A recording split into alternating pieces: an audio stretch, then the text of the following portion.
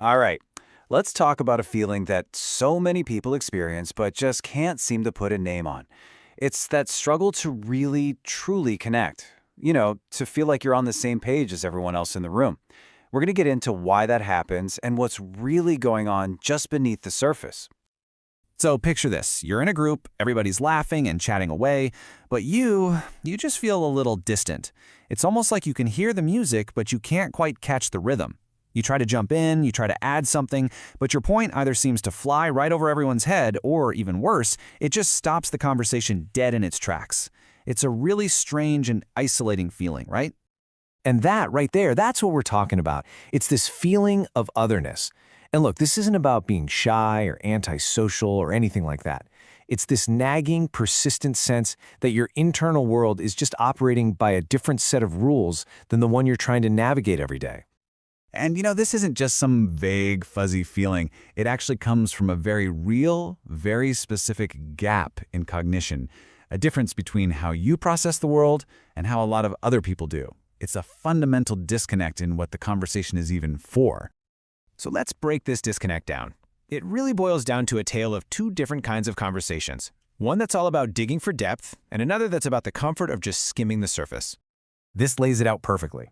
On one side, you've got this intense drive for depth, for meaning.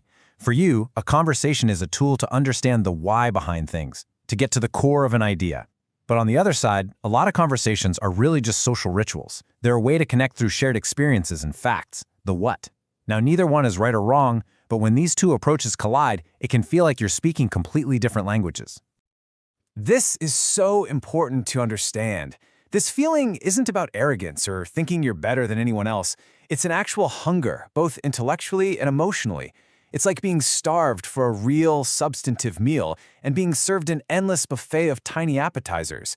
That frustration comes from a deeply unmet need, not from a place of judgment. Okay, so what's the psychological engine that's driving this constant search for the why? Let's pull back the curtain a little bit and look at the core concept that's really at play here. The root cause is a cognitive process called multidimensional thinking. Now, this isn't just about thinking harder. It's about thinking with more layers. It means that when someone brings up a topic, your mind doesn't just see that one single thing. It instantly sees a whole web of interconnected ideas, historical context, future possibilities, and abstract patterns, all at the same time. So what does that actually look like in practice? Well, first, you see connections everywhere. Someone might mention a new phone, and your brain is already jumping to global supply chains, the ethics of manufacturing, and the entire history of communication. You're always analyzing from all these different angles. And of course, you're constantly digging for that deeper why. All of this makes surface-level chat feel incredibly unfulfilling. It's like trying to survive on snacks when you're craving a 7-course meal. And what's the end result of all this? You feel like an outsider. Because really, you're navigating the world with a detailed topographical map, while a lot of other people are just using a simple street map. You see all the mountains and valleys and rivers that run underneath the roads they're pointing at. You're not lost, you just see way more of the terrain. Once you understand that, though, you can totally reframe this whole experience. We can shift this from being a problem we have to solve to a unique perspective that we can actually own.